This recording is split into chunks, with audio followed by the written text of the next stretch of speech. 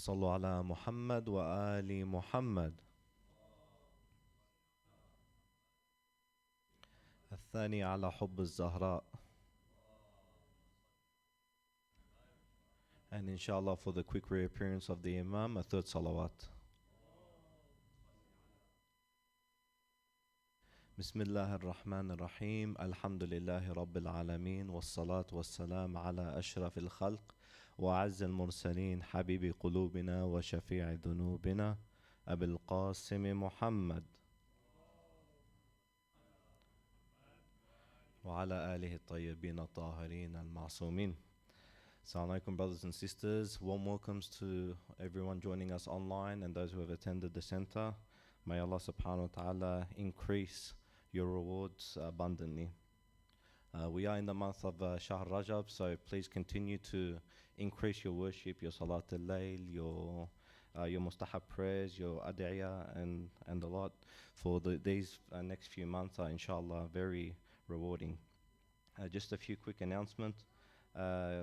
Congregational prayers are now available at the center on Tuesday, Thursday, Friday Jummah prayers and Friday night prayers, so please make an effort to attend. They're very rewarding to do in Jama'ah. And Wednesday too? Yeah, and Wednesday too.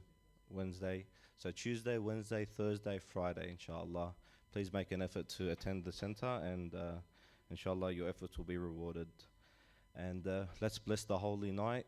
Tonight we commemorate the martyrdom of Imam alKadhem alayhi salam.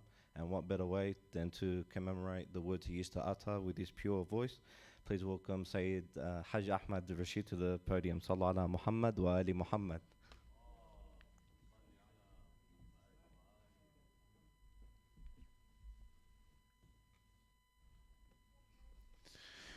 اللهم صل على محمد وآل محمد.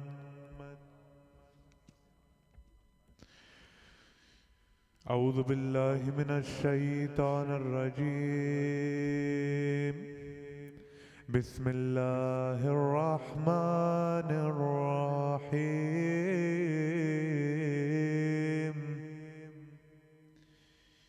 إذا الشمس كورت وإذا النجوم انكدرت وإذا الجبال سيرت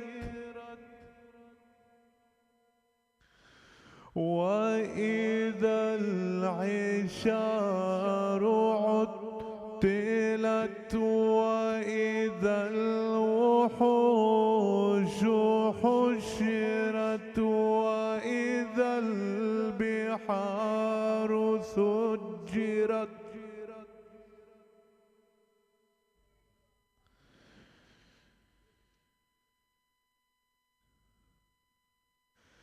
وإذا النفوس زوجت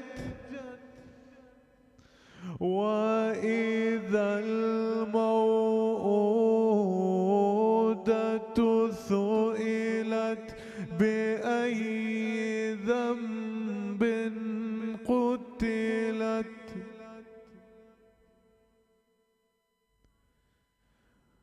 وإذا الصحف نشرت وإذا السماء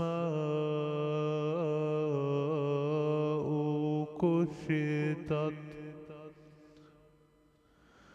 وإذا الجحيم سعرت وإذا الجنة أزلفت علمت نفس ما أحضرت فلا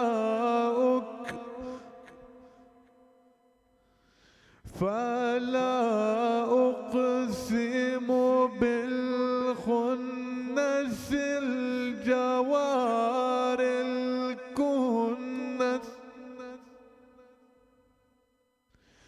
والليل إذا عسعس والصبح إذا تنفس إنه لقول رسول كريم ذي قوة عند ذي العرش المكين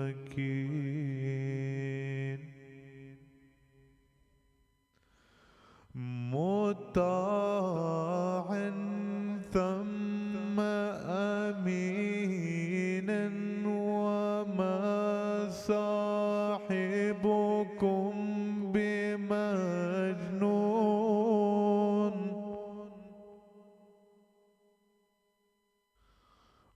ولقد رآه بالأفق المبين وما هو على الغيب بضنين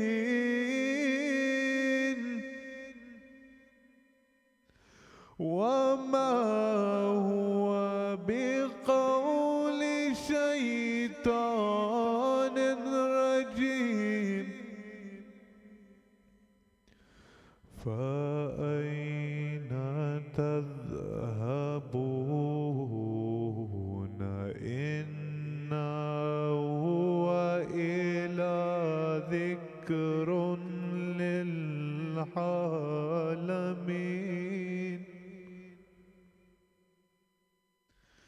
لمن شاء منكم أن يستقيم وما تشاءون إلا أن يشاء الله رب العالمين صدق الله العلي العظيم أفلح من صلوا على محمد وآل محمد.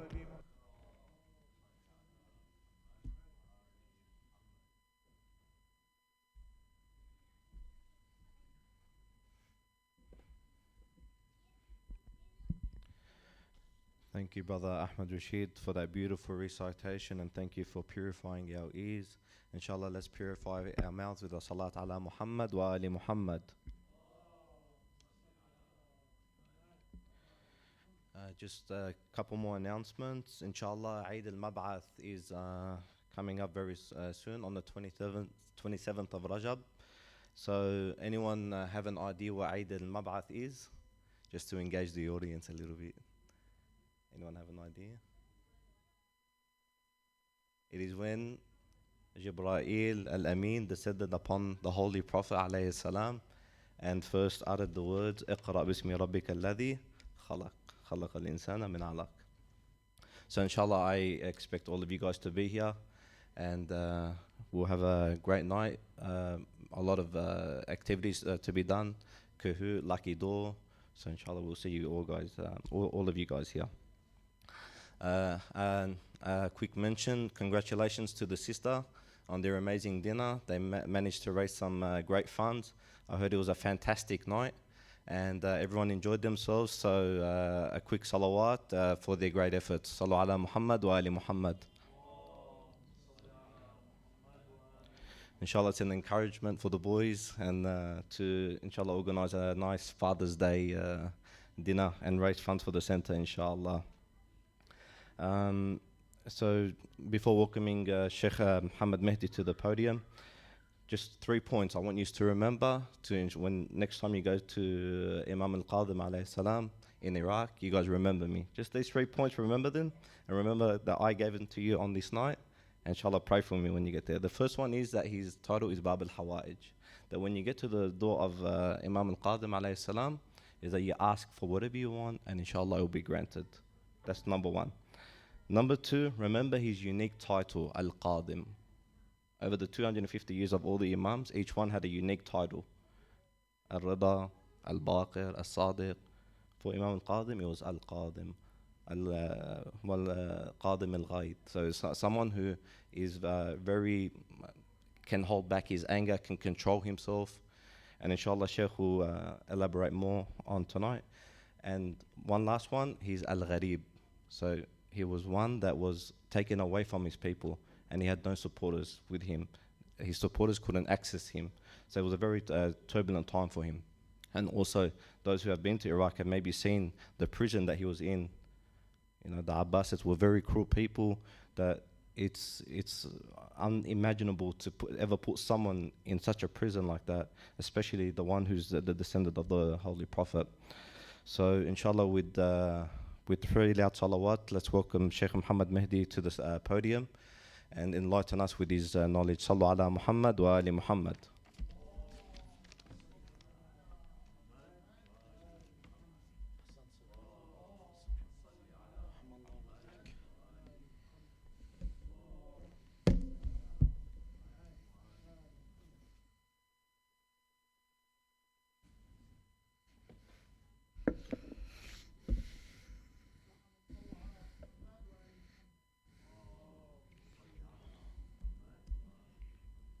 أعوذ بالله السميع العليم من الشيطان اللعين الرجيم بفضل الله بسم الله الرحمن الرحيم الحمد لله رب العالمين الحمد لله والحمد حقه كما يستحقه حمدا كثيرا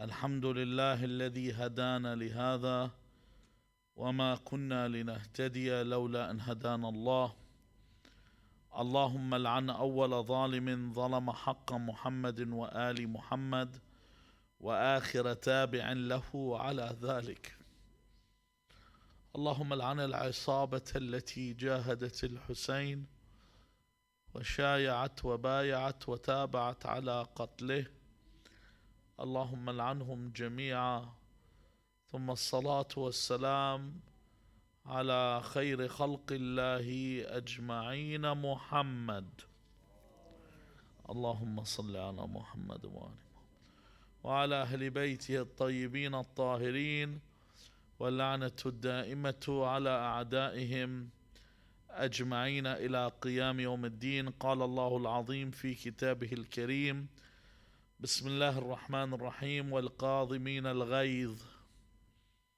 والعافين عن الناس والله يحب المحسنين and those who restrain their anger and pardon people and Allah loves the doers of good. Sallu ala Muhammad wa ali Muhammad.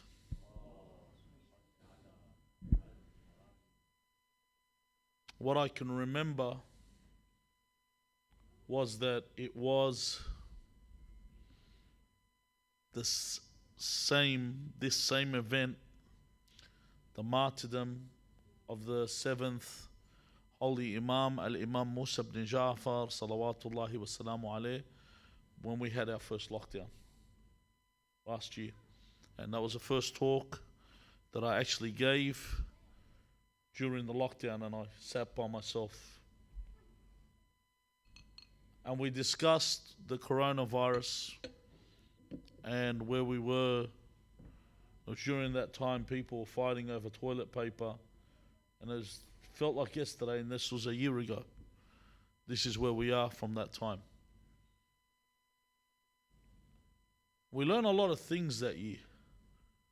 We learned how people can be. We learned that people can fight with each other at times, and then we saw compassion of people helping each other. People availing themselves to help others, especially the beginning of last year with the bushfires. And then throughout the epidemic, where people were helping each other in terms of social distancing and working together. Now, the verse I introduced talks about this, working with people. Mentions three aspects. The first one, the verse says, alKadhem al-ghayth. And the reason is for me to mention this because Imam alKadhem is called alKadhem. AlKadhem means someone who suppresses, someone who represses. If you ever seen a gun with a silencer, what does a silencer do? It suppresses the sound and it suppresses the flame. So if you take a look when someone shoots or fires a gun with a silencer, it suppresses the sound. So you don't have that large bang. So basically what it's saying, someone that is qadhim, is someone that has the ghaid, the anger there. It's there. No one doesn't get angry. You can't sit there and say somebody doesn't get angry. We all get angry. Al-Qadhim is someone that represses. Allah mentions in the Quran about Nabi Yaqub. He says, وَبْيَضَّتْ عَيْنَاهُ مِنَ الْحُزْنِ وَهُوَ قَدِيمٌ. That Nabi Yaqub wept until he went blind.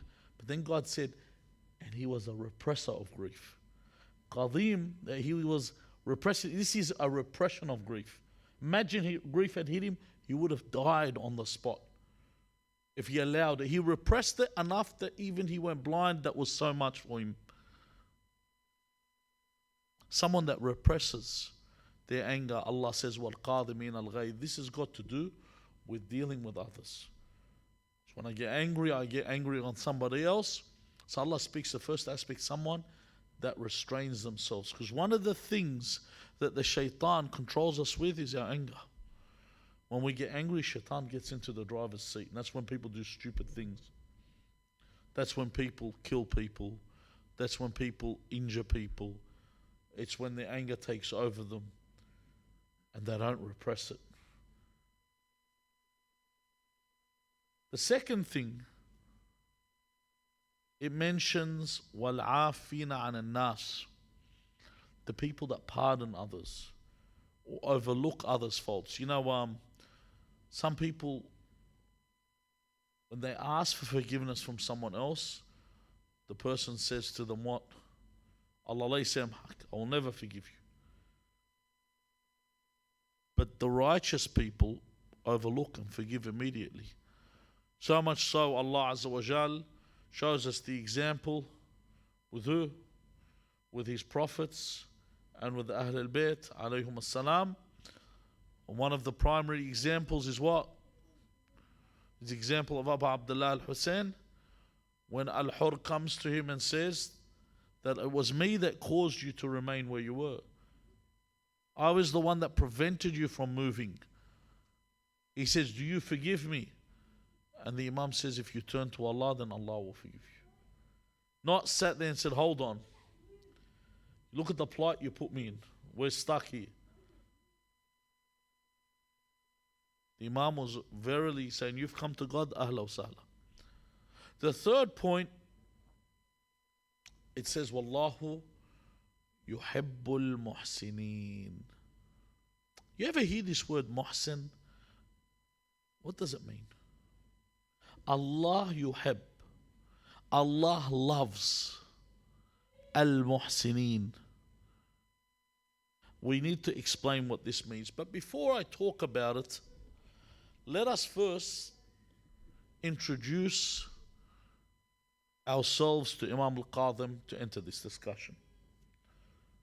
Because a lot of the times we have people that question our abilities, whether we do something from ourselves or not, or whether Allah is the one that has predestined our lives and it is fate.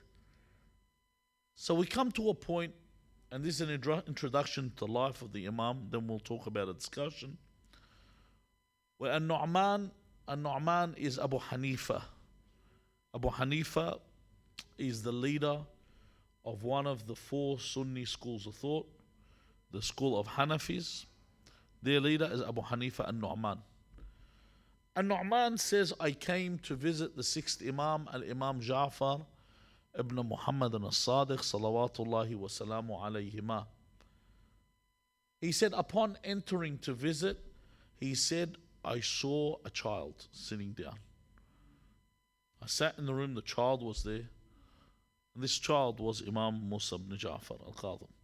But An-Nu'man, you know, when you enter someone's house, the child walks in and you talk to them and then they shock you with their discussion. You think you're talking to a child, you're talking to someone else. I remember I saw a video for Bila Qiyas wala Tashbih. I'm not comparing anything to the Imam, but I saw a video where Neil deGrasse Tyson, the astrophysicist, is sitting down on a panel, and this kid in year 2, you imagine, year 7 or 8 year old kid, gets up and says, what happens if a black hole sucks in another black hole? Imagine a guy in year 2 asks a question like this. And like Neil deGrasse Tyson sitting down and he goes, he said, mate, people writing their thesis on this in their PhD, I wouldn't even understand this subject and you're asking about it. Sometimes you see someone that's small, you ask them a question and they provide you with a big answer and you say, hold on, I'm not talking to a child. This person's far greater in their age and their understanding. This person's of high intelligence. Ahl al-Bayt salawatullahi wa salamu alayhim were like this. Zaqqul ilma zaqqa. They were ulama from their birth. So Abu Hanifa sits there and says, Ya ghulam, oh child, he says, Mimman al-ma'siyah. Who is the one that commits the sin? From who does the sin come from? So the Imam responds, he says, Inna sayyi'at la takhlu min ihda thalath. That sayyi'at, all wrongs, are one of 3 options. So Abu Hanifa has already sits down, he gets mesmerized. The response is big to begin with. It's one of 3. He says, Imma an takuna min Allah. Either the sin originates from who? From God. He says, walaysat min, and it's not from him. Why isn't it from God? So the first option is what? That the sin, anything that you do, is from God. He said, walaysat min, فلا ينبغي للرب أن يعذب العبد على ما لا يرتكب.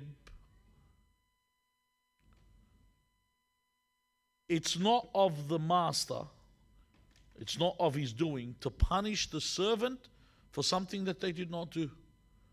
Could you imagine you have a servant and you go break something in the house and then come up to the servant and say, why did you break? Or you tell the servant, listen, can you go go get the furniture, make it into firewood.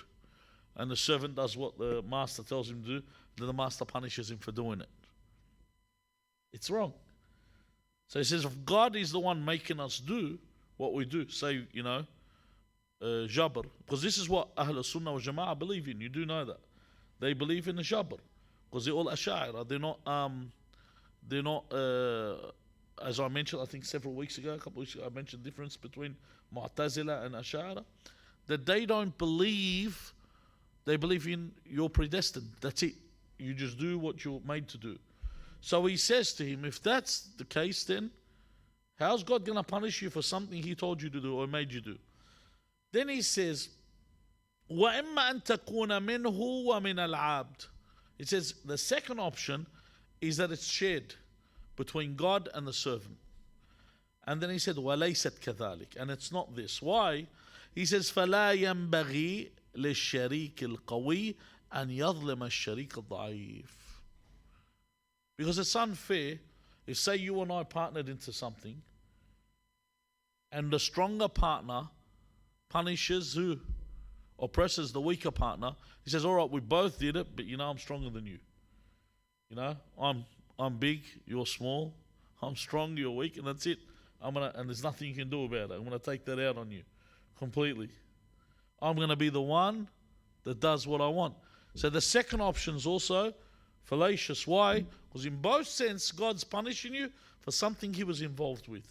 So then he says to him, after this, he says, وَإِمَّا أَن تَكُونَ مِنَ الْعَابْدِ وَهِيَ مِنْ.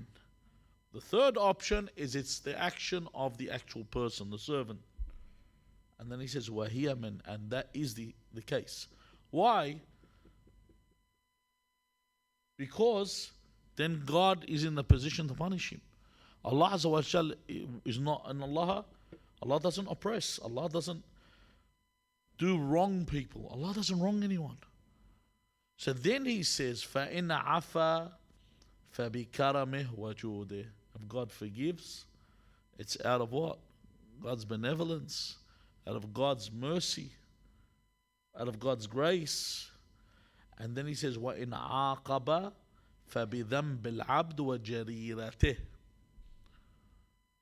But if God punishes, it's again your just desert. So in other words, for you to get out of the punishment, the only way is from God's mercy. However, the action, the onus is on who? You, the person, not God. God has nothing to do with this. God has given you the ability to commit sin, as in Allah gives you the power, but you're the one that uses this to do this. So Abu Hanifa says, فَانْصَرَفْتُ وَلَمْ أَلْقَ أَبَا عَبْدِ اللَّهِ وَاسْتَغْنَيْتُ بِمَا سَمِعْتُ. He said, I didn't even wait for Imam al-Sadiq. He said, the response I got from the child was too filling that I left. It sufficed. I didn't even need to see it with the Imam. This is our introduction to Imam Musa ibn Ja'far. Salawatullahi wa salamu alayhi. Now, Inna Allah yuhibbul muhsinin. The choice is ours. We're the ones that do good. But Allah loves those that do good. When we say muhsinin, Inna Allah ma'al ladhina taqaw wal ladhina hum yuhsinun. What does it mean that husna, muhsin, what does it mean to do good? It talks about doing good to who? To others. Because I can't do good to God. Allah Azza wa Jalla is needless. My job with dealing with God is how I treat others. This is why the Imam, I think the 11th Holy Imam says this. He says, خصلتان ليس فوقهما شيء الإيمان بالله ونفع الإخوان. Two branches that nothing's above. Belief in God and benefiting your brethren. Benefiting others. If you take a look at one of the things you hear a lot, what's one of the terms you hear? Often you hear the word sadaqah. Tasaddaq. And what is our perception of sadaqah? If I said to you sadaqah, what's the first word that comes into your head? Charity. Alms. This is what we think of. But what is it really? What is sadaqah? Sadaqah has to be something to begin with. Sadaqah has to be something that is sadiqan, that's true. Has to be khalisan, has to be pure. Okay? Luhu liwajh Allah, for Allah Azza wa Jal. When I give sadaqah, it shouldn't be for status, it shouldn't be for position, recognition, personal gain or benefit. You know, sometimes you look at whenever people do a good action, why is it when you see a celebrity in Africa holding some kids in Somalia or some country like that, they're always taking photos? You know, because they've got PR firms that tell them you need to do this to up your status with people. People go, oh, look at this goodness that this person's doing. And you move up, I'll adopt a black kid, a brown kid, and then, you know, I'll become someone special. This is what they do. So they can get recognition. Or you see, you know, someone says that, oh, this person gave $1 billion of his wealth to his charity. They say, wow, look at the generosity. If he's really generous, why doesn't he pay personal tax rather than have us pay all the tax? Let's see his generosity. Don't ever think that these people have this purity in giving when they give. There is personal interest, there is personal gain. Now, Allah Azza wa Jal, when He speaks about sadaqah, He says in the Quran, Yamhaqullah al-riba. Okay? That Allah destroys usury or interest. Al-riba, Allah destroys it. It's not worth anything. And then he says, يَمْحَقُ اللَّهُ الرِّبَى وَيُرْبِي. Look at the words. وَيُرْبِي الصَّدَقَاتِ. Allah Azza wa Jal increases the sadaqat. So when I did sadaqah, it gives you increase. When I use usury, it destroys. Take a look at these people that live in this life, how their lives become total destruction. وَاللَّهُ لَا يُحِبُّ كُلَّ كَفَّارٍ أَثِيمٍ. Allah doesn't like kafar. Kafar meaning someone that's ungrateful. And athim, someone that is wicked, commits any sin. Allah mentions this. So this is with regard to who? Those that have riba. But those that pay sadaqah, Allah Azza wa Jal increases. Okay? Why? Why does Allah use the contrast here? If you think about it, why does He use the contrast of riba, usury, with sadaqah? Take a look at usury.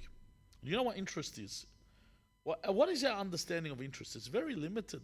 People hear the word interest, it becomes a common term. Something that's used all the time. If you look at interest in itself, it's self-interest. It's self-indulgence. It's all for the self. It's taking advantage of people when they're down. You notice you never get above your head above the water. Once you're stuck in the system, you'll never get your head above the water. The way the system is made, so your head stays below the water. This is why it's haram. They don't let you breathe when you get involved in the system. Once you enter this system, I will take a loan, another loan, and another loan, and another loan, and you start to drown. And the way that they've said it is you can't get out of it. It's a hole you're stuck in. Why? Because the people that that do this are so ruthless. If you think about it, sometimes people ask, have you ever asked yourself, how can you buy a house with interest? Has anyone ever asked themselves, how can I buy a house with interest? How is it allowed? People just go buy. When you go into any business or anything, do you actually research what's halal and what's haram before you do it?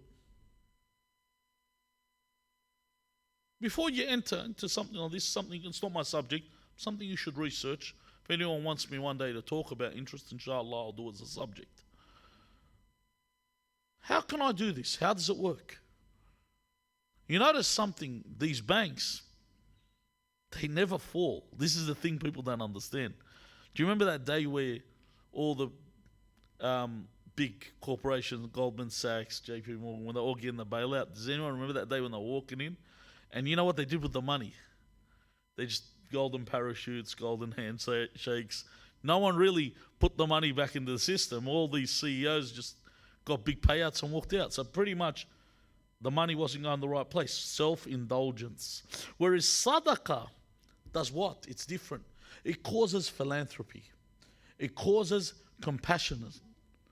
It causes selflessness, altruism, worrying about others. Allah Azza wa Jal gives us the primary example in who? In Ahl al-Bayt salawatullahi wa salamu alayhi. When I mentioned the story a couple of weeks ago when they fasted for the 3 days and fed the orphan, they fed the destitute, the miskin, and they fed the captive that had been freed or had escaped. It could have been an escapee. When they fed them, they said, إِنَّمَا نُطْعِمُكُمْ لِوَجْهِ اللَّهِ. إِنَّمَا we know is adat hasr. It's mahsura, it's exclusive to this. إِنَّمَا this and only this. نُطْعِمُكُمْ لِوَجْهِ اللَّهِ. لَا نُرِيدُ مِنْكُمْ جَزَاءً وَلَا شُكُورًا. We do not want, we only give you for the sake of God. We do not want any reward from you. And we do not want any what?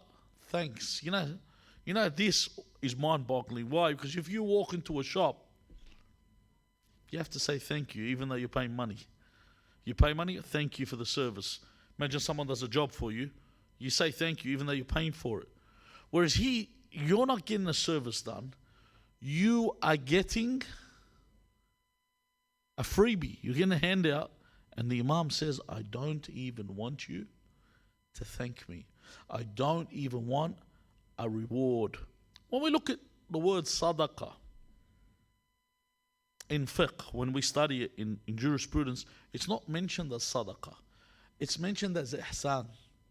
Ihsan, that's why we get the word muhsinin. Ihsan meaning good, a good act. So if we say, I don't know if you've ever heard this, you might hear it from the older people. When they ask for money, they go, Andak hasani. Have you heard that before? They don't say, Andak hasani. Have you got a goodness? Because this is what it was. Because it doesn't have to be wealth that we relate to sadaqah. A helping hand is sadaqah. You know, for example, when Muharram comes along, they want to do a clean up in the center, put the curtains. Everyone that comes is giving sadaqah. The people that come and give their time, the people that clean the center, the people that work in the center, the volunteers, the unsung heroes that you don't see. The ones that work in the center, this is a sadaqah. This is what they're doing. They're doing ihsan for others. Even when it came to propagating religion, when you teach religion, take a look at the prophets when they came to teach religion. They used to say to the people, what? لا نسألكم عليه من أجر. We do not want any reward. Our ajr is with what? Rabb al-Alameen. And if you read Surah Yasin, he says, اتبعوا من لا يسألكم أجرا وهم مهتدون. Follow those that don't ask you for what? Payment. They come and teach you religion for free. They come and they teach you what you need to know for free. They do this hasanah for this reason. In other words, they fulfill a need without any bribe. They fulfill a need without any incentive. They fulfill a need without any gratuity. They just do that because they do it lillah azza wa jal. Now, all ihsan, all good is considered to be sadaqah. This is the problem with sadaqah. People tend to think sadaqah what? Is giving money to the poor. Sadaqah, any ihsan is sadaqah. Can I give sadaqah to a rich person? Of course I can. We're not talking about zakat al-fitr. We're not talking about khums. We're talking about sadaqah. Can I give sadaqah to a rich person? Of course I can. For kaff al-adha, I can. And our ulama have done this in the past to keep away harm from the people. They do this in order for one of the stories that is related about Sayyid Abul Hasan al-Asfahani. I might have mentioned this story before, where he paid the police chief in order. Did I mention it here at all? Because I forget what. But this story, I'll mention it again because it's a good story. Where there was a police chief in Halla. Halla was a province, an area in Iraq where it had a lot of Shia there, but the police chief was from the other sect. And he was very harsh to the people, especially to the followers of Ahlul Bayt. So when news came to Sayyid Abul Hasan al-Asfahani, just give you contrast. You know Sayyid Abul Hasan al-Asfahani, he was the main marja before Sayyid Muhsin al-Hakim. So you're talking about during the Great Depression, around that era. So I'd give you where we are. So during that time, he was the marja. He's the one people used to come to. So when news came to him about this police chief, someone had written a letter and saying this police chief harms us, and Sayyid Abul Hasan sent the police chief a letter and invited him to his house for dinner. So imagine when a marja, just to give you an idea, if you take a look today where you saw on the weekend where Pope Francis went to visit Sayyid Ali Sistani, and there was a big deal made out of it. And Sayyid Ali Sistani is not the only marja that has a position today. There's several maraja.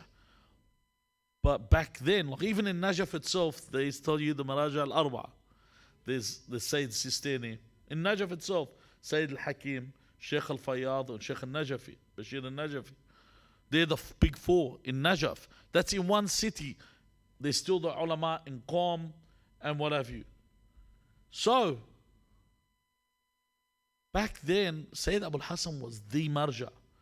Back then, there wasn't anyone else that was bearers. There was other fuqaha, but not like Sayyid Abu al-Hasan al-Isfahani. So when he contacted a police chief, this police chief said, I'm getting invited to the leader of the Shia, and I'm not, he said, I'm not one of them. And he told me he's invited me, and I don't treat them that well. So when he comes to the house, he actually delays the invite. He says, I'll come later. And the reason is because he was clean shaven. He wanted to grow his beard before he comes to visit Sayyid Abu al-Hasan. Istaha, he was thinking, I'm going to go. He felt embarrassed to visit Sayyid Abu al-Hasan, and he has no beard. So he grew his beard, and then he went to visit him.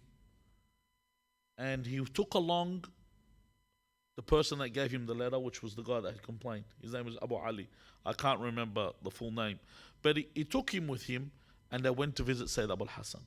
When he came to the house of Sayyid Abu al-Hasan stood up and went to the door to greet him. And he said, Ahla wa sahla wa marhaba, you know, welcome, you've come to visit us. We've heard great things about you.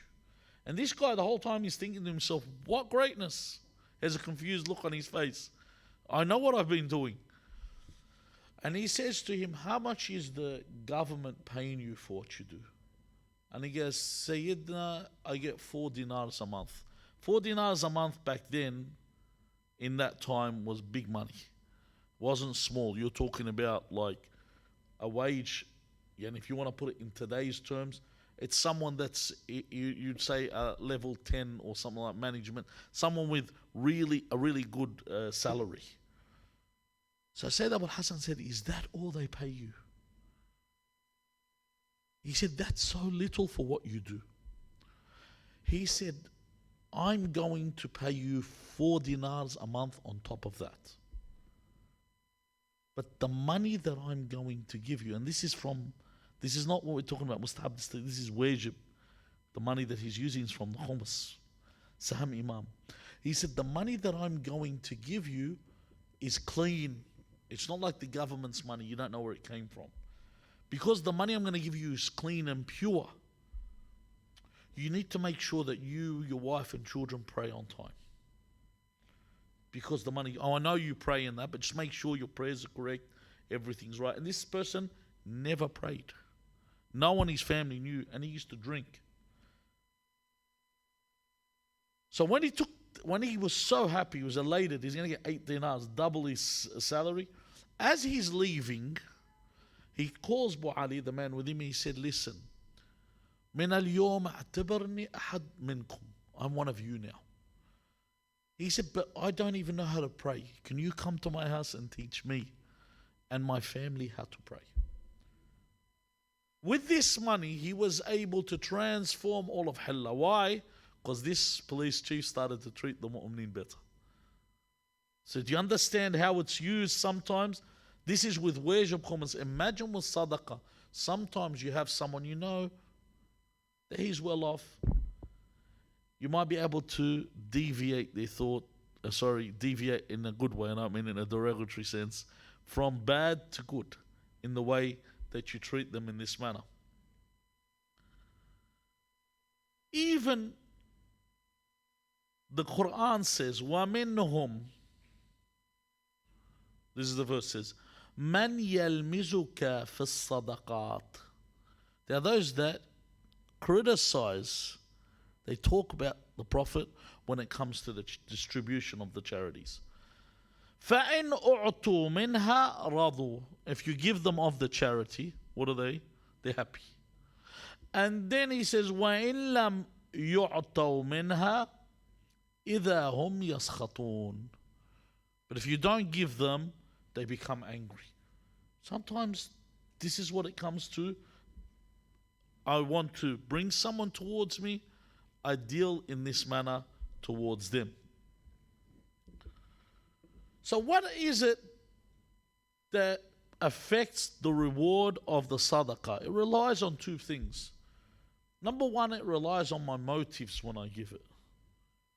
What are my motives when I give sadaqah? That's a very important thing. See, do I come to a fundraiser and give the charity so then they can read Al-Muhandis, the engineer, so-and-so, barra $1,000, and he looks around, make sure everyone recognizes that he's the one that's given the money? Is this the reason I give? Or do I build a hospital so they can put my name on it? Do I do these things so I can get recognition? That's the first thing. It's very important. What is my motive behind what I do? It doesn't matter if they put my name back on something, but that wasn't my motive. They do it out of love for me. For example, you take a look, for example, a shaheed. When they are martyred, people put up their name and their picture. But if that was their motive when they did it, well, they got their reward. But if their motive wasn't that, and the people recognize them, that's different. The second thing is the athar of the sadaqah. The effect. Firstly, my motive, what effect will it have? What do I mean? Sometimes I might be doing something for good. Say they want to build a masjid. And you say, where are they building this masjid? They say, oh, they're building it out in Burke. You know, in some remote town where there's a population of 2. What benefits that going to do for the mankind? Just in case one day someone's going out towards Alice Springs and decides to drive and says, listen, fi salli rak'atayn, I'm going to pray 2 rakat. What effect does your sadaqah have? What has it done? What effect has it? So a good action I do must be something that's effective, that changes things, that helps. So number one, I've got to have the correct motive. Secondly, okay, it must have what? The correct effect. In the narration, the Imam says, خَيْرُ النَّاسِ مَنْ انْتَفَعَ بِهِ النَّاسِ. The best people are the ones, okay, that people benefit from. What have they done? Then sometimes someone tells you, listen, I've written 200 books. And you say, all right, what are the titles of the books you've written? I've never heard of them.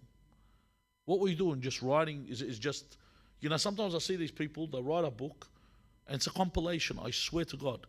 A compilation. All they've done is they've got excerpts, put them, and then they come and tell you, here, read my book. And you go, all right, I could have just went and read this myself. All you did was just, you know, they tell you, yeah, but this one is being put in order. I go, yeah, there's things called search engines now. I think I can do it myself. It's like once I said to someone, he was saying, this person wrote this many books. I said to them, how many books are like Iqtisaduna? For say Muhammad Baqir Sadr. How many books are like on this level? Something that has weight, has substance, that affects people. How many have this? How many books are of benefit? It's like once I was watching, Taban, this guy's an atheist, so I'm not going to really, he's an atheist, but he's a physicist. I was watching videos for Richard Feynman. He's a physicist, but he's an atheist. And I said, if this guy was my physics teacher, I'd live in the classroom. 5 minutes of him talking, you understand a concept that your teacher would blah blah for a whole week and you wouldn't understand what they were talking about. There's some people, when they talk, when they read, when they write, their book has substance. You go, wow, this is filling. This book has substance. It has something that when I read, it's like when you read, has anyone ever read Thumma Tadait? When you read the book, it's a story. It's, we say in Arabic, silas. That when you read it, you enjoy it. It has something to offer. So when I'm going to do something here, have you ever noticed someone goes, I want to build an Islamic center. And you say, where? He says, I'm going to build it in the St. George area. Yeah, but how many have we got in the St. George area? I'm not telling you not to build another one. Where are abattoirs? We don't have an abattoir. Do you believe it? We don't have an abattoir in our community. The cemeteries, after Rookwood, the next cemetery is where? In Timbuktu. There hasn't been that proper Islamic education facilities. I'm not attacking the schools that exist. But the schools that exist are made for who? Two types of people. The rich and the people that have a wasta. People that have a connection. Where is there an Islamic education facility for the poor? What if I can't afford to put my kids in an Islamic school? I have to put them, there's no proper education facilities for the kids. For the kids to go through a school and get proper education. Where are youth clubs and centers to pack away the kids? Why don't they exist? Why isn't it people work on these projects and move in this direction? Take one project and work on it, not take the whole lot. You know, you can't eat everything in one go. Take one piece at a time. In fact, a community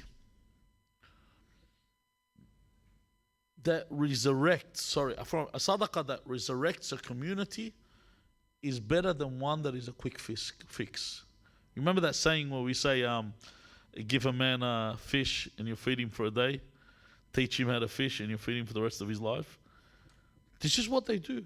You know, if you take a look at movements that were successful around the world, what was their success? They changed the way people think. They changed the way people think. When I was in Lebanon, one of the things I noticed that the Muqawmi does, for example, is they even have a channel for children. In this channel, like, you know, there's one channel, it's called Taha. I was watching it. You know, at first I was seeing it has all these like songs like Sesame Street and all that. But then I was just sitting there. There's a song that they sing about wasting water. One about wasting, and it doesn't affect the Lebanese people really, but you know, but it's there. Wasting water, wasting electricity, being clean in the streets. And there was one that I really liked. Every time they put it on, I want to watch it. Why? It was really nice. It was about two brothers. And these two brothers inherit two pieces of land, a big land and a little land. The little brother, the older brother who's greedy, takes the big land and leaves the younger brother with the little land. The little brother says, I will accept this. Why? He said, because I'd rather him have all that money, but I don't want to lose my brother. These are important concepts. So you're teaching people from the roots. From the roots up, you teach them. That's how you work. You change a whole community as a whole fix. And what am I talking about? A cartoon channel. I'm not talking about something else. Something so simple that you offer. Someone sits there and writes another book. Brother, I've got a library full of books. Why is it if I want to watch videos on the stories of the Prophet, all the stories of the Prophet are who? All of them. They're not our madhab. The cartoons. And if we do have a quality cartoon, if we have a cartoon, it's not even quality. You know, I watched that cartoon on Abu Fadl Abbas. My kids used to love it. Faris al-Shuja. They sit there and watch it, and it was terrible. The animation made me go mad. You know, I'm used to Pixar and stuff like that, and suddenly this comes out. There has to be that effort. Sorry, I just get emotional sometimes about these things. This is how a sadaqah works. People are, yes, give money overseas is good, but your own community, what have you done? How have you built this community? How have I used the opportunities that I have here in order to fix? Start small. You don't need to go big. Believe me, a lot of things began where? Do you think things began with $1 billion and they began? They began in houses. How many centers? Yeah, look, how many times? Do you know, when I was a child, there was no masjid here in Arncliffe. Do you know that? It was a house. Remember, I was a little kid. We used to come here and we go into a house. I remember like things where my father used to pray and I used to disrupt all the people praying. I still remember taking their turbans. I remember I found their turbas. I still remember this. And it was a house. And I remember when we were building the mosque, I used to turn up, watch the builders. I remember all these glimpses in my head. Things happened gradually. They didn't happen instantaneously. things begin. Sorry, I've spoken for 40 minutes now. Things happen like this. All come from a single piece of sadaqah. Imam Musa ibn Ja'far, salawatullahi wa salamu alayhi, says, عونك للضعيف من أفضل الصدقة. For you to help the weak is of the best sadaqah. Here's my question to you. Man أضعف? Who's أضعف than the طفل? The child.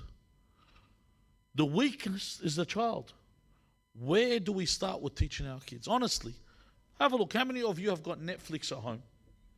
And your kids watch it? You have a look at Netflix. Have you ever had a look at Netflix? Go turn it on. How many nude imagery do they have in the pictures? Without even the shows. People sit there and go, oh yeah, but I've got my kids on the kids section. Do you think the kids section doesn't have all this? It's all present there. They don't say, hold on, we're going to do Muslim setting for the kids session. You look at all these, Netflix, Prime, what's the other one, Stan, all these, they have the same thing. What is the alternative for the child? So the Imam's saying, Musa ibn Ja'far, alKadhem, salawatullahi wa salamu alayhi, saying, عَوْنُكَ لِلضَّعِيفِ مِنْ أَفْضَلِ الصَّدَقَةِ. For you to help the weak, assist the weak is the best sadaqah. What have we prepared for our youth? And remember, and I'll finish off with this, you don't need to do anything extravagant. You don't need to do anything huge. You do what you can with what you know.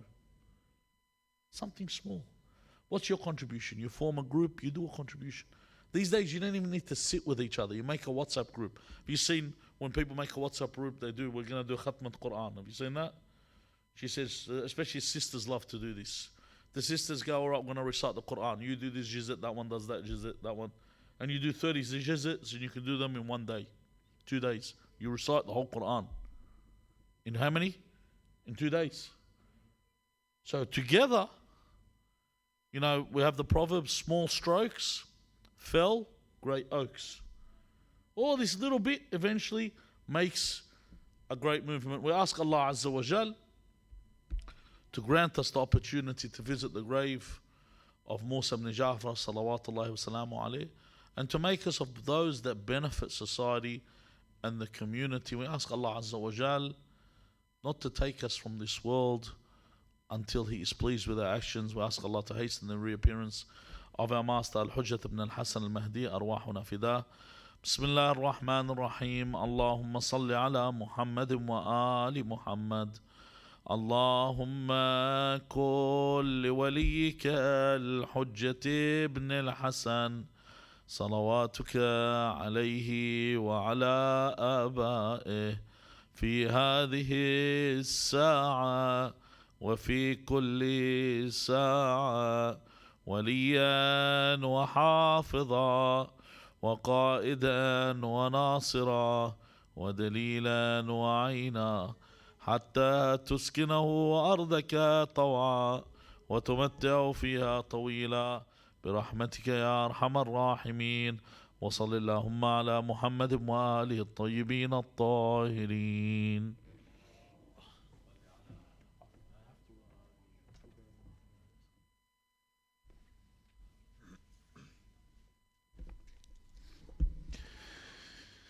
صلى الله عليك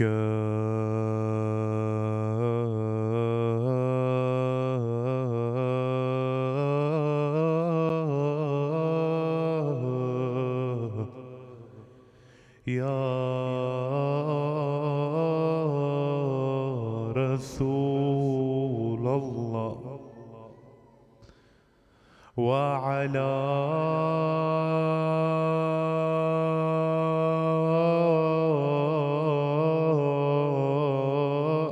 آلك المظلومين. صلى الله عليك يا إمام الرافضية يا إمام موسى بن جعفر السلام على الغريب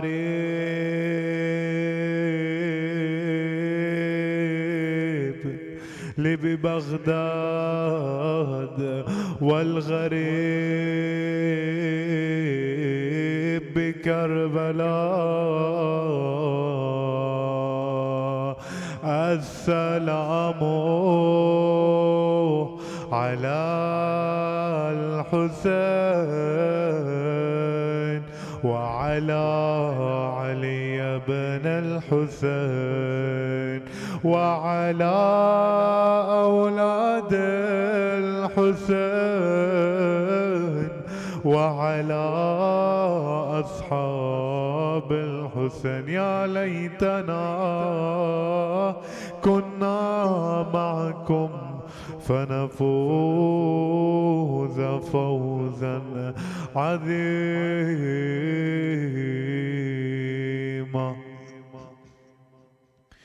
Oh skies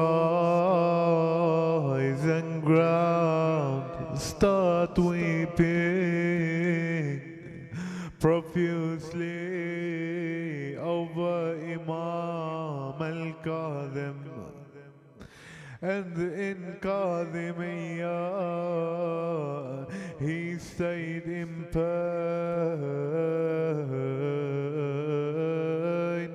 as he stayed imprisoned. Our Imam was administered the strongest of poisons, yes, for he was martyred all alone.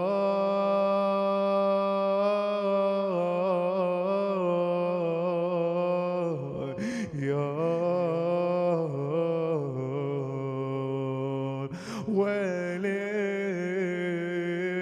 for Jibreel has cried from the skies. Yes, today we have lost alKadhem.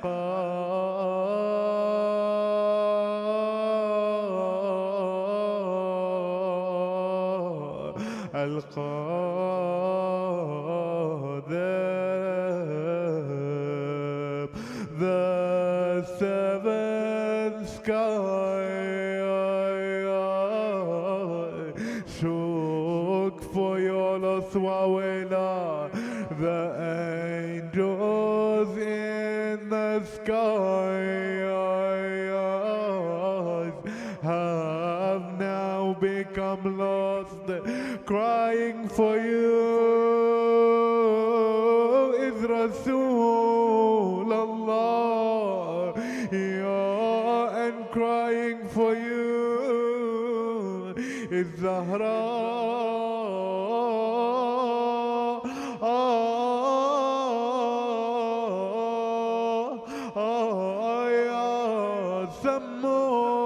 سموك باسم باب الحوائج حين سموك بوسام الشرف أهل الشرف سموك وسف القوم الغدر بالسجن سموك وظل على الجسر نعسك وظل على الجسر نعشك رمية وظل على الجسر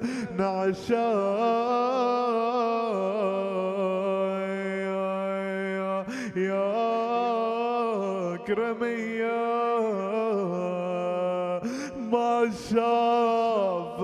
ما شاف الدنيا ولا ساعة هنية بسجن مظلم مجرح سموم المنية. ويلي على القاذم ذوب يا قلبي ودمع عيني تفجر على اللي كبده من سمهم تفتر على اللي كبده من سمهم جسمهم تفتر. عظم الله لكم الأجر. Brothers and sisters, tonight we come together for Imam Musa alKadhem, who was in Baghdad in the prison for years. The Shia of Imam Musa alKadhem did not get to spend much time with their Imam because he was imprisoned by the most fiercest of tyrants, Harun al-Rashid,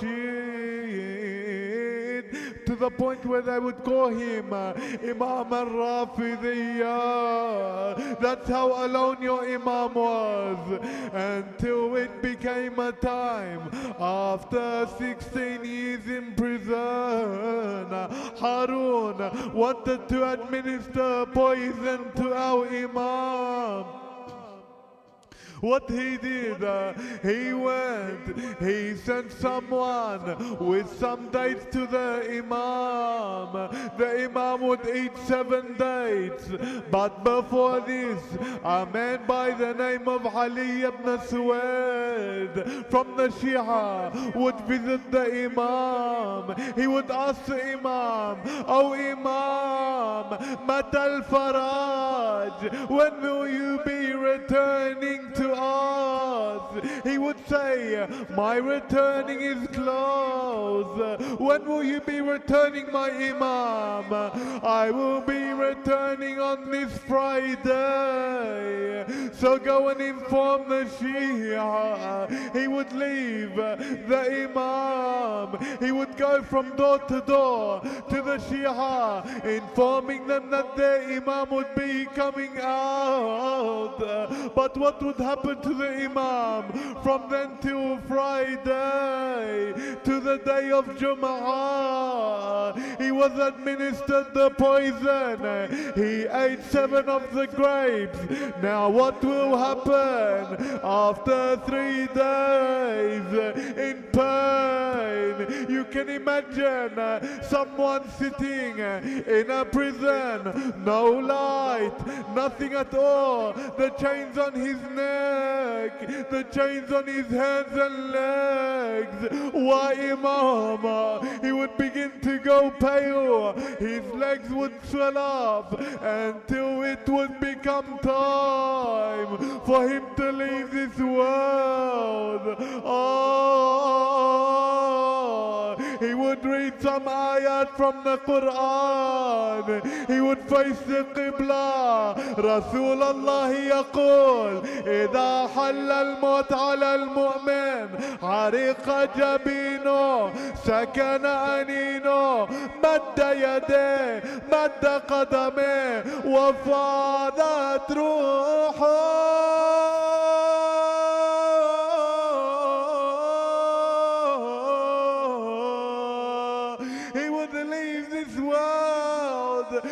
رحم الله من نادى وإماما. غمض لعينا بكفتي وقلبه غدا يلهب علي، يمسك لإيده بيدي ويحسس بنار القلب. ضمه لصدره وانتحب وحزنه بقلبه التهب. دمعه أحلى يصب وصب ويودع بذيك الترب.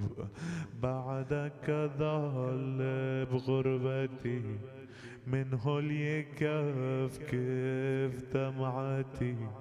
زادت بفقدك لوعتي ويظلم عليها الدرب.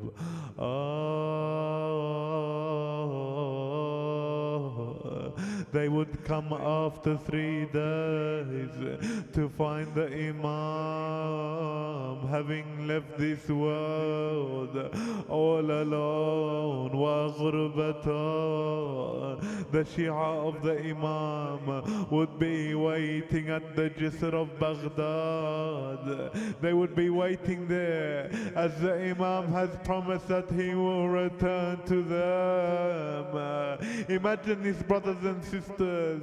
Imagine Imam al-Hujjah was to tell us, let's go to this, meet me at this place, I will return to you. How happy would the Shia be? Wouldn't you dress up in some nice clothes, in some happy clothes, wearing white as if it is Eid? Wouldn't you congratulate your brothers and sisters?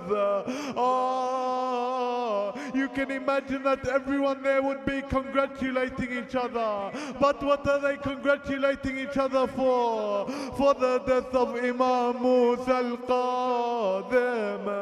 They would wait, they would look left, they would look right, they would not see their Imam until 4 of the soldiers would bring the Imam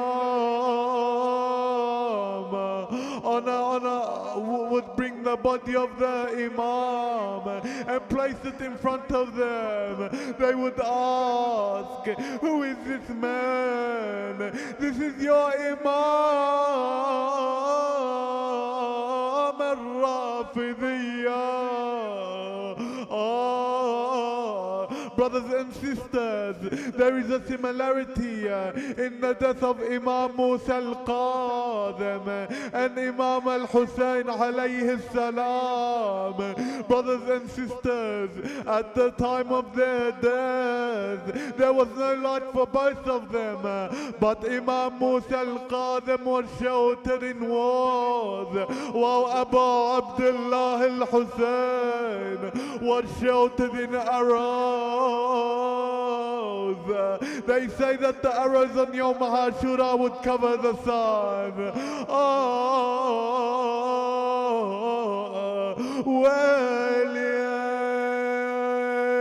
يقتل زمانا حسين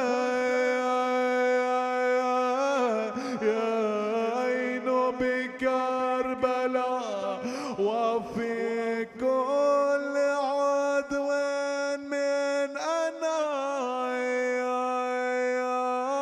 أنامله دهر ولي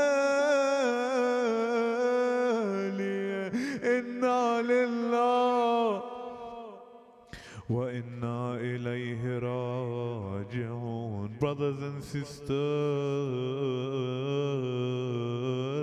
as it is Tuesday night, what a way we can end this Majlis by interceding from our Imam and reciting dua Tawassul. Allahumma salli ala محمد وآل محمد بسم الله الرحمن الرحيم. اللهم إني أتوسل إليك، اللهم إني أسألك وأتوسل إليك بنبيك نبي الرحمة محمد صلى الله عليه وآله. يا أبا القاسم يا رسول الله، يا إمام الرحمة، يا سيدنا ومولانا، إنا توجهنا واستشفعنا وتوسلنا بك إلى الله وقدمناك بين يدي حاجاتنا. يا وجيها عند الله اشفع لنا عند الله.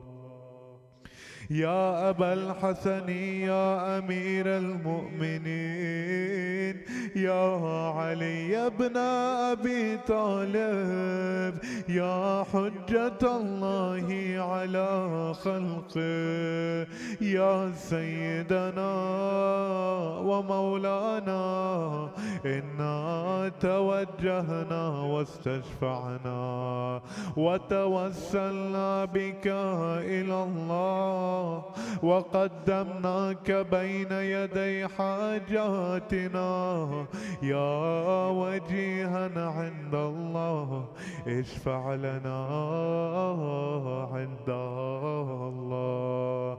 يا فاطمة الزهراء، يا بنت محمد، يا قرة عين الرسول، يا سيدتنا ومولاتنا، إنا توجهنا واستشفعنا وتوسلنا بك إلى الله، وقدمناك بين يدي حاجاتنا، يا وجيهة عند الله اشفعي لنا عند الله. يا أبا محمد، يا حسن بن علي،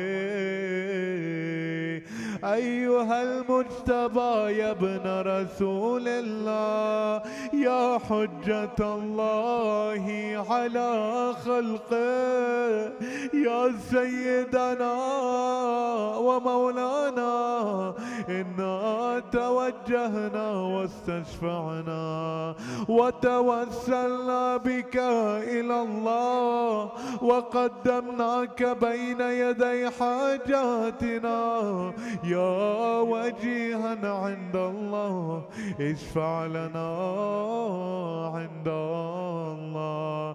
يا أبا عبد الله، يا حسين بن علي، أيها الشهيد يا ابن رسول الله، يا حجة الله على خلقه، يا سيدنا ومولانا، إنا توجهنا واستشفعنا وتوسلنا بك إلى الله، وقدمناك بين يدي حاجاتنا، يا وجيها عند الله اشفع لنا عند الله. يا أبا الحسن، يا علي بن الحسين، يا زين العابدين، يا ابن رسول الله، يا حجة الله على خلقه، يا سيدنا ومولانا، إنا توجهنا واستشفعنا وتوسلنا بك إلى الله، وقدمناك بين يدي حاجاتنا، يا وجيها عند الله اشفع لنا عند الله. يا أبا جعفر، يا محمد بن علي،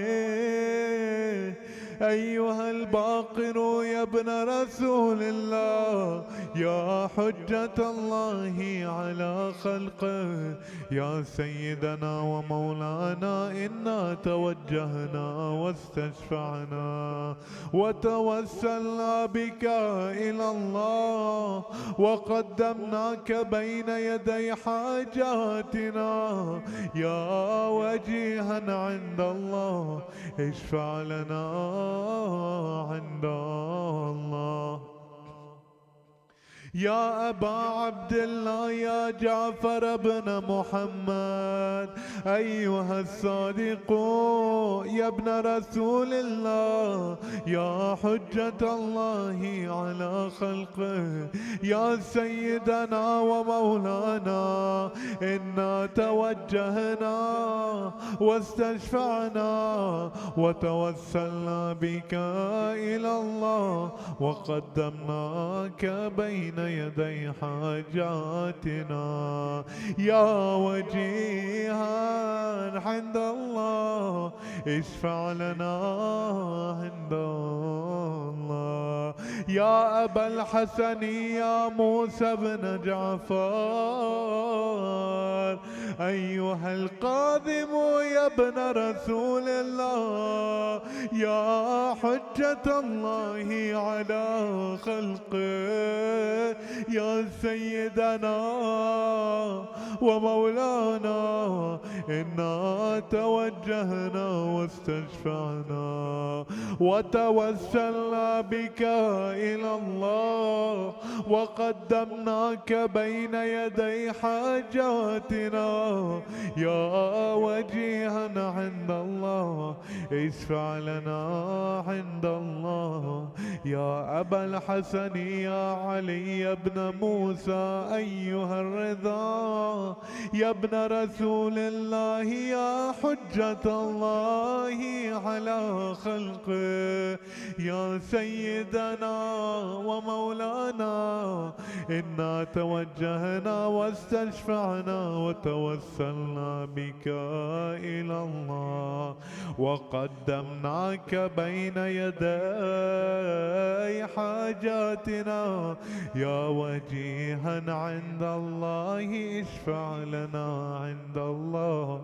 يا أبا جعفر يا محمد بن علي أيها التقي الجواد، يا ابن رسول الله، يا حجة الله على خلقه، يا سيدنا ومولانا، إنا توجهنا واستشفعنا وتوسلنا بك إلى الله، وقدمناك بين يدي حاجاتنا، يا وجيها عند الله اشفع لنا عند الله. يا أبا الحسن يا علي بن محمد أيها الهادي النقي يا ابن رسول الله، يا حجة الله على خلقه، يا سيدنا ومولانا، إنا توجهنا واستشفعنا وتوسلنا بك إلى الله، وقدمناك بين يدي حاجاتنا، يا وجيها عند الله اشفع لنا عند الله.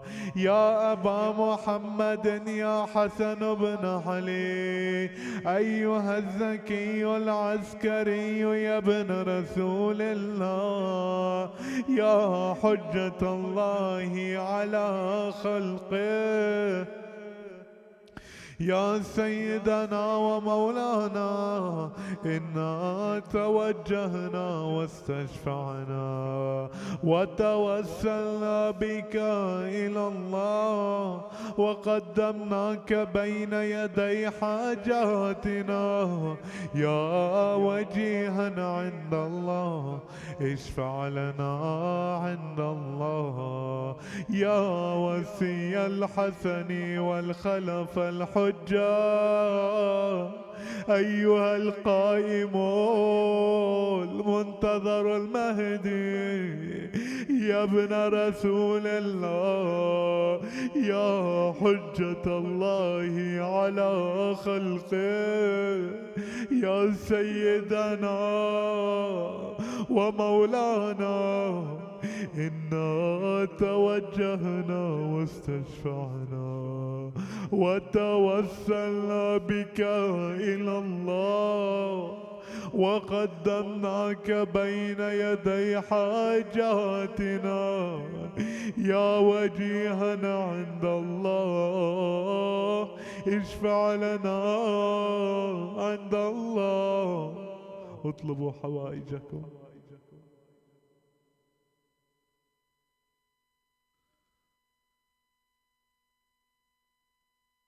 يا سادتي وموالي، إني توجهت بكم أئمتي وعدتي ليوم فقري وحاجتي إلى الله، وتوسلت بكم إلى الله، واستشفعت بكم إلى الله، فاشفعوا لي عند الله واستنقذوني من ذنوبي ذنوبي عند الله، فإنكم وسيلتي إلى الله، وبحبكم وبقربكم أرجو نجاة من الله، فكونوا عند الله رجائي. يا سادتي يا أولياء الله، صلى الله عليهم أجمعين، ولعن الله أعداء الله ظالميهم من الأولين والآخرين. آمين رب العالمين. Brothers and sisters, there's been a request that we recite 5 times Ayya Amma Yujib for one brother who is going through the last stages of his life. We can recite 5 times Ayya Amma Yujib for brother Ahmed Al-Khansa. أعوذ بالله من الشيطان الرجيم. بسم الله الرحمن الرحيم. أما يجيب المضطر إذا دعا ويكشف السوء، أما يجيب المضطر إذا دعا ويكشف السوء، أما يجيب المضطر إذا دعا ويكشف السوء، أما يجيب المضطر إذا دعا ويكشف السوء، أما يجيب المضطر إذا دعا ويكشف السوء. إلى أرواح المؤمنين والمؤمنات، إلى أرواح المؤمنين والمؤمنات، لا سيما السيد جواد مظلومي رحم الله، من قرأ سورة المباركة الفاتحة تسبقها بالصلاة على محمد وآل محمد.